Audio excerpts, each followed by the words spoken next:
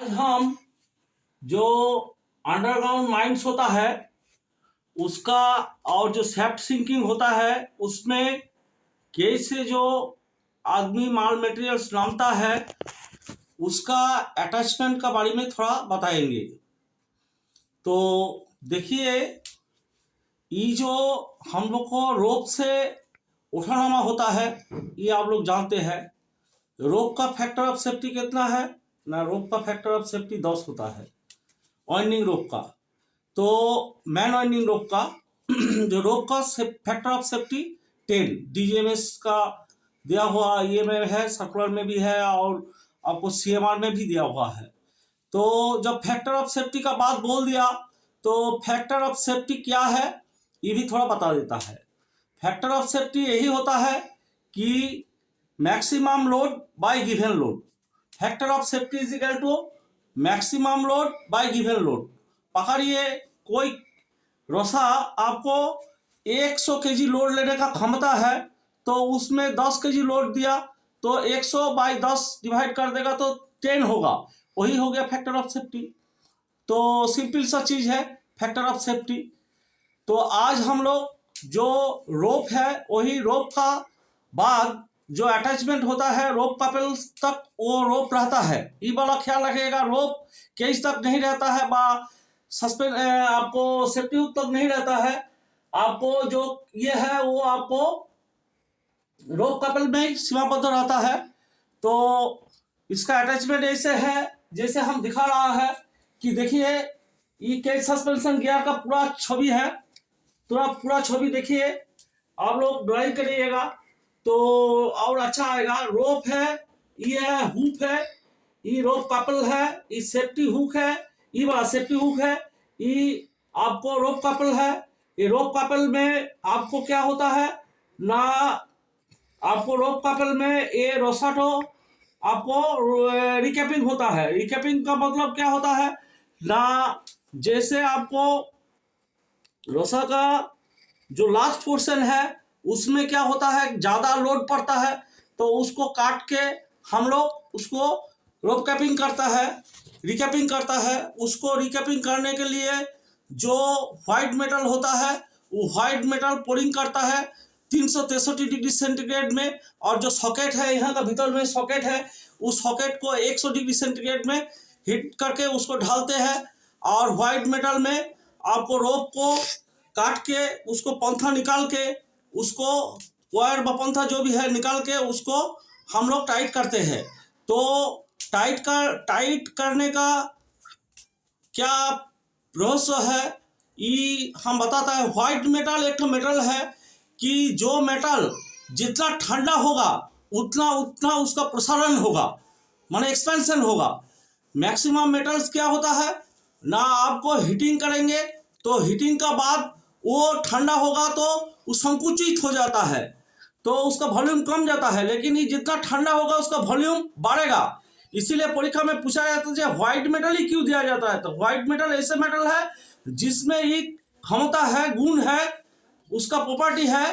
तो ये जितना ठंडा होगा उसको एक्सपांशन होगा तो रोसा को और टाइट करके रखेगा, उसको कोई हचकचा की आवाज नहीं होगा, कुछ भी नहीं होगा जितना ठंडा होगा। तो ये रोप कपल है, उसके बाद उसको साथ सेफ्टी हुक लगा हुआ रहता है। सेफ्टी हुक क्या होता है ना, ये हम लोग को खदान के लिए बहुत ही बड़ा सेफ्टी है। जो वाइंडिंग होता है मतलब मैन और मटेरियल नामता है, उठता है, यदि आपको ज़्यादा स्पीड हो जाएगा, आपको किसी भी कारण से ब्रेक फेल हो जाएगा, जो चलाता है वाइंडिंग इंजन ड्राइवर कुछ ही तरफ दिक्कत हो जाएगा। यदि डोली यदि ऊपर तक उठ जाएगा, माने चालक का ऊपर उठ जाएगा, मतलब हेड गियर का ऊपर उठ जाएगा। हेड गियर का ऊपर नहीं, हेड गियर का ऊपर उठ नहीं सकता है, उसका भीतर में। तो एक तो बेल प्लेट यहाँ पर देता है, हेड गियर का ड्राइंग करके हम दिखाएगा। वो बेल प्लेट में जाके आपको इस सेफ्टी हुक का 4 प्लेट होता है, 2 इनर प्लेट 2 आउटर प्लेट। तो आउटर प्लेट में आघात मारेगा, जैसे आघात मारेगा तो वैसे इनर प्लेट आपको निकल जाएगा और यहाँ पर एक कॉपर का शेयर पिन रहता है, वो टूट जाता है तो रोप रिलीज हो जाता है और आपको केज वो बेल प्लेट में आपको झूल जाता है। तो जो केज में जो आदमी रहेगा, माल मटेरियल जो भी रहेगा वो सुरक्षित ढंग से वहां रह सकता है। तो सेफ्टी हुक हम लोग को बचाव के लिए एक बहुत ही बेहतरीन माने वैज्ञानिक आविष्कार है। उसके बाद सेफ्टी हुक का बाद रहता है क्या ना, डीलिंग से जुड़ा जाता है सेफ्टी हुक से डिस्ट्रीब्यूशन प्लेट को।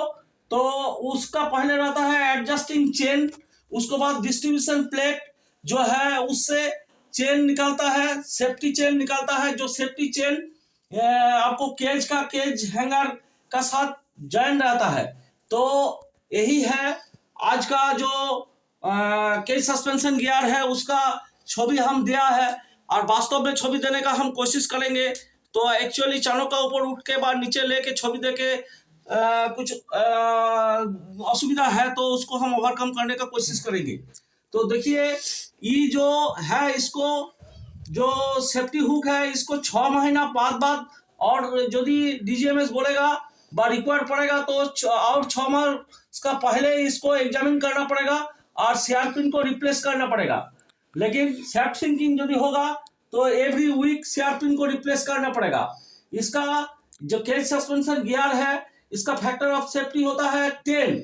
यदि थ्रेडेड जॉइंट नहीं रहेगा तो फैक्टर ऑफ सेफ्टी होगा 10, और यदि थ्रेडेड जॉइंट रहेगा तो फैक्टर ऑफ सेफ्टी होगा 15। ये सब क्वेश्चन परीक्षा में बहुत आता है।